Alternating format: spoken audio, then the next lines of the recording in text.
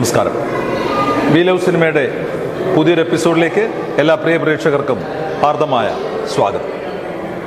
We love സിനിമയുടെ സ്റ്റുഡിയോയിൽ Shyamaprasad sir, Sona Nair, Tulsidas, Thankachan Vithura, അങ്ങനെ വൻകിട ആർട്ടിസ്റ്റുകളും സാധാരണ ചെറിയ ആർട്ടിസ്റ്റുകളും ഒക്കെ വന്ന് ഇൻ്റർവ്യൂ തന്നിട്ടുണ്ട്. അവരുടെ സ്വകാര്യ വിശേഷങ്ങൾ പ്രേക്ഷകർക്ക് പകർന്നു നൽകിയിട്ടുണ്ട്.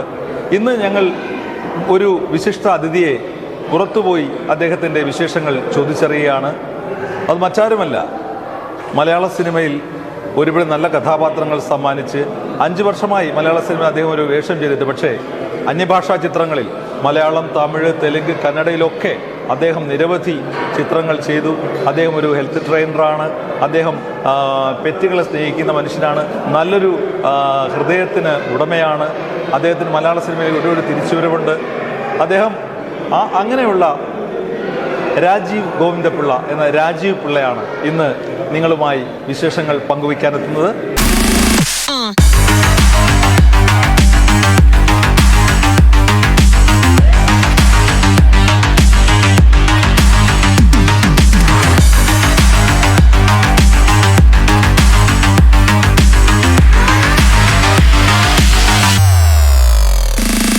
നമസ്കാരം. നമസ്കാരം സൺലൈറ്റ്. ഒരുപാട് ചിത്രങ്ങൾ മലയാളത്തിൽ തുടങ്ങി തമിഴ്, തെലുങ്ക്, കന്നഡ, അങ്ങനെ നിരവധി ചിത്രങ്ങളിൽ ഇദ്ദേഹം അഭിനയിച്ചിട്ടുണ്ട്. ഇദ്ദേഹത്തിന് അഭിനയം കളിയല്ല, പക്ഷേ അഭിനയിക്കുന്നത് കളിക്കാൻ കൂടെ വേണ്ടിയാണ്. സിനിമയുടെ ക്രിക്കറ്റ് ടീമിൻ്റെ ടീം മെമ്പറാണ്, ആരോഗ്യ ദൃഢഗാത്രനാണ്, ഹെൽത്ത് ട്രെയിനറാണ്, എല്ലാ ഭാഷകളും ചലച്ചിത്രം ചെയ്തു. എങ്ങനെയാണ് ഈ സിനിമയിലേക്കുള്ള വരവ്? സൺലൈറ്റ്, ഒരു ചെറിയ തിരുത്തുണ്ട്. ആദ്യം പറഞ്ഞത് ശരിയാണ്, അഭിനയം കളിയല്ല. പക്ഷെ ഞാൻ അഭിനയിക്കുന്നത് കളിക്കാൻ വേണ്ടിയല്ല. എനിക്ക് ഒരു പണിയേ ഉള്ളൂ, അഭിനയം മാത്രമാണ്. കളി CCL വരുമ്പോ ഒരു 8-10 ദിവസം പ്രാക്ടീസ് ചെയ്യും, അത്രേ ഉള്ളൂ. അതും ഞാൻ ഷൂട്ടിനിടയ്ക്ക് ശനി ഞായറും പോയി കളിക്കുകയാണ് പതിവ്. പക്ഷേ ഈ മലയാള സിനിമയിലേക്കുള്ള ഒരു തുടക്കം, മലയാള സിനിമയിലേക്കുള്ള തുടക്കം എന്റെ ആദ്യത്തെ പടം സിറ്റി ഓഫ് ഗോഡ് ആണ്. ലിജോ ജോസ് പെല്ലിശ്ശേരി സാറിന് ഓഡിഷൻ കൊടുത്തിട്ടാണ് എനിക്ക് ആ റോള് കൊടുത്തത്. അതിനു മുമ്പ് ഞാൻ ബോംബെ നാടകങ്ങളിലായിരുന്നു. അതിനുശേഷവും ഞാൻ മലയാളത്തിൽ നിന്ന് വിട്ടു നിൽക്കുമ്പോഴെല്ലാം ഞങ്ങൾക്കൊരു ഗ്രൂപ്പുണ്ട് ബോംബെയില്, തിയേറ്റർ ഗ്രൂപ്പ്. സോ അവിടെ ചിലത് ഞാൻ തന്നെ എഴുതുന്നുണ്ട്, അല്ലാതെ ഞങ്ങൾ തന്നെ ചെയ്യുന്നുണ്ട്. ഞങ്ങളുടെ ഗ്രൂപ്പിൽ തന്നെയുള്ള പലരും ബോളിവുഡ് ആക്ടേഴ്സ് ആണ്. 32 ഓഡിഷൻ കൊടുത്തിട്ട് എന്റെ 32ാമത്തെ ഓഡിഷൻ ആയിരുന്നു ലിജോ ജോസ് പെല്ലിശ്ശേരി. ഞാൻ യയാതി എന്ന് പറഞ്ഞ് ഗിരീഷ് കർണാടിന്റെ ഒരു നാടകം ചെയ്തിട്ടുണ്ടായിരുന്നു. ഗിരീഷ് കർണാട്. അപ്പൊ അതിന്റെ ഒരു ക്ലിപ്പ് അതെങ്ങനെയോ ഗിരീഷ് കർണാട് സാറിന്റെ അടുത്ത് എത്തിപ്പെട്ടിട്ട് അദ്ദേഹം പ്രോട്ടഗണിസ്റ്റ് ആയിട്ട് ചെയ്യുന്ന, അത് 2 പ്രോട്ടഗണിസ്റ്റ് ഉണ്ട്. അദ്ദേഹം റെക്കമെൻഡ് ചെയ്തിട്ടാണ് എന്റെ ആദ്യത്തെ ഹിന്ദി പടം ഞാൻ നായകനായിട്ട് ചെയ്യുന്നത്, അദ്ദേഹത്തിന്റെ കൂടെ. പക്ഷെ അതൊന്നും ഇവിടെ ആൾക്കാരോട് പറഞ്ഞാലും ഞാനിവിടെ ക്രിക്കറ്റ് കളിക്കാനായിട്ട് അറിയപ്പെടുത്തുള്ളൂ, അതുകൊണ്ട് ഞാനൊന്നും പറയാറില്ല. മറ്റ് ഭാഷകളിൽ ഞാൻ പറഞ്ഞു ഒരുപാട് ചിത്രങ്ങൾ അഭിനയിച്ചു, ഹിന്ദിയിലും ചെയ്തു. പക്ഷെ മലയാളത്തിൽ എനിക്ക് തോന്നുന്നു ചിത്രങ്ങൾ ചെയ്തിട്ട് ഏകദേശം 5 വർഷത്തോളം ആവുന്നു. 5 വർഷം കൊണ്ടാണ് ഇത്തരത്തിലൊരു നീണ്ട ഗ്യാപ്പ് മലയാളത്തിൽ? 5 വർഷത്തിനിടെ ഞാൻ ആകെ ചെയ്ത മലൈക്കോട്ടെ വാലിബൻ, അതും ലിജോ ജോസ് സാറിന്റെ പടമാണ്, അദ്ദേഹം വിളിച്ചതാണ്. എന്റെ നീണ്ട ഗ്യാപ്പിന് ധാരാളം കാരണങ്ങളുണ്ട്. ഒന്ന്, 2-3 കാര്യം. എന്നെ 99% ഓഫ് ഫിലിം മേക്കേഴ്സ് അവരെന്നെ ക്രിക്കറ്ററായിട്ടാണ് കാണുന്നത്. അവരുടെ വിചാരം ഞാൻ CCL കളിച്ച് സിനിമയിൽ വന്നതാണ്, അങ്ങനെയാണ്. അല്ല, ഞാനും അങ്ങനെ ആ തെറ്റിദ്ധാരണ മാറ്റാൻ പോലും ആരും തയ്യാറല്ല. ഇവർ ജസ്റ്റ് എന്റെ വിക്കിപീഡിയ എടുത്ത് നോക്കിയാൽ തന്നെ കാണാം, സിറ്റി ഓഫ് ഗോഡ് 2011 മൂവിയാണ്. CCL തുടങ്ങുന്ന 2012-ലാണ്. അതൊന്നും ആൾക്കാർ ചിന്തിക്കാൻ പോലും. താങ്കളുടെ ഈ നാടക അഭിനയം, എഴുത്തും ഈ കാര്യങ്ങളൊന്നും പലർക്കും അറിയില്ല എന്നുള്ളതാണ് സത്യം.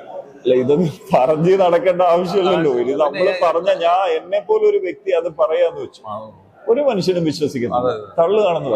അതുകൊണ്ട് ഞാൻ എന്നിൽ തന്നെ ഒതുക്കും. അല്ല, ഈ ഒരു രൂപവും ഭാവമൊക്കെ വെച്ചിട്ട് കഥാപാത്രങ്ങൾ ടൈപ്പ് ചെയ്യപ്പെടുന്നു എന്ന് തോന്നിയിട്ടുണ്ടോ?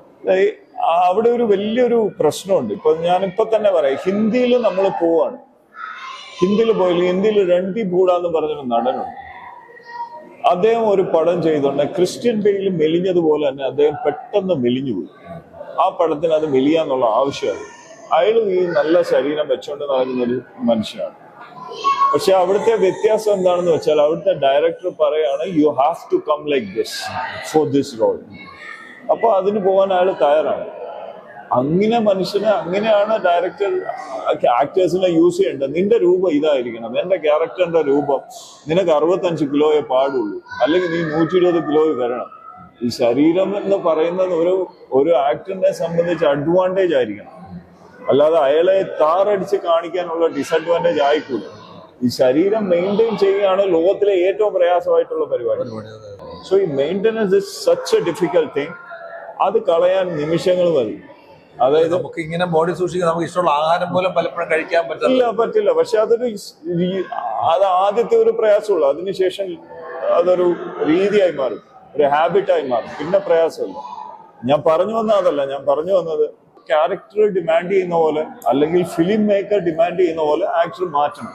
പക്ഷെ ആ ഒരു സംഭവം ഇവിടെ ആൾക്കാർക്ക് മനസ്സിലായാലേ പറ്റും. എനിക്ക് പലപ്പോഴും അന്യഭാഷകളിൽ എന്നോട് പറയാറുണ്ട് ഇങ്ങനെ വരണമെന്ന് പറയുമ്പോൾ ഞാൻ അങ്ങനെ പോകാറുണ്ട്. ഇവിടെ എന്നോട് ഒരു മനുഷ്യൻ പോലും ചോദിക്കാറില്ല. ഇപ്പോ ഒരു പ്രത്യേക ചോദ്യം, താങ്കളുടെ തമിഴ് സിനിമയിലേക്കുള്ള അരങ്ങേറ്റം എന്ന് പറയുന്നത് തലൈവ എന്ന ചിത്രത്തിൽ വിജയോടൊപ്പമായിരുന്നു. ഇപ്പോ ഏകദേശം എനിക്ക് തോന്നുന്നു ഇനി കുറച്ച് സിനിമകളിലൂടെ അഭിനയിച്ച അദ്ദേഹം സമ്പൂർണ്ണമായിട്ട് രാഷ്ട്രീയത്തിലേക്ക് ഇറങ്ങുകയാണ്. എന്തായിരുന്നു അദ്ദേഹവുമൊത്തുള്ള അനുഭവങ്ങൾ, അദ്ദേഹത്തിന്റെ വിശേഷങ്ങൾ, അദ്ദേഹത്തിന്റെ സ്വഭാവം? എന്റെ അഭിനയത്തിന്റെ ആദ്യ നാളുകളിലാണ് ഞാൻ വിജയ് സാറിന്റെ കൂടെ അഭിനയിക്കുന്നത്. സോ എന്നെ സംബന്ധിച്ച് അതിനു മുമ്പ് ഞാൻ കണ്ടിട്ടുള്ള ഹീറോസ് വളരെ കുറച്ച് പേര്. അതിനുശേഷം ഞാൻ അഭിനയിക്കുന്ന ഹീറോ എന്ന് പറയുന്നത് ഒരുപക്ഷെ തെന്നിന്ത്യയിൽ തന്നെ ഏറ്റവും ആരാധകരുള്ള ഒരു ഹീറോ.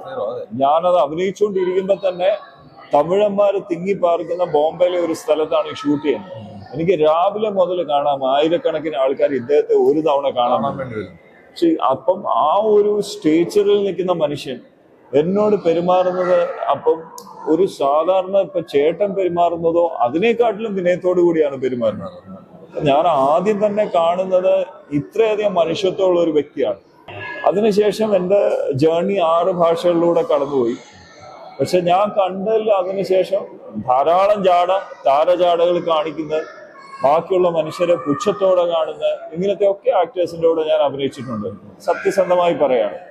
അപ്പോഴാണ് എനിക്ക് ഇദ്ദേഹത്തിന്റെ വില കൂടുതലും മനസ്സിലാവുന്നത്. അല്ല, ഇപ്പോഴും ആ മനുഷ്യൻ അങ്ങനെ തന്നെയാണ്. സിമ്പിളാണ്. ഒരു മനുഷ്യൻ എന്ന നിലയിൽ ഞാൻ വളരെയധികം ബഹുമാനിക്കുന്ന ഒരു മനുഷ്യനാണ്.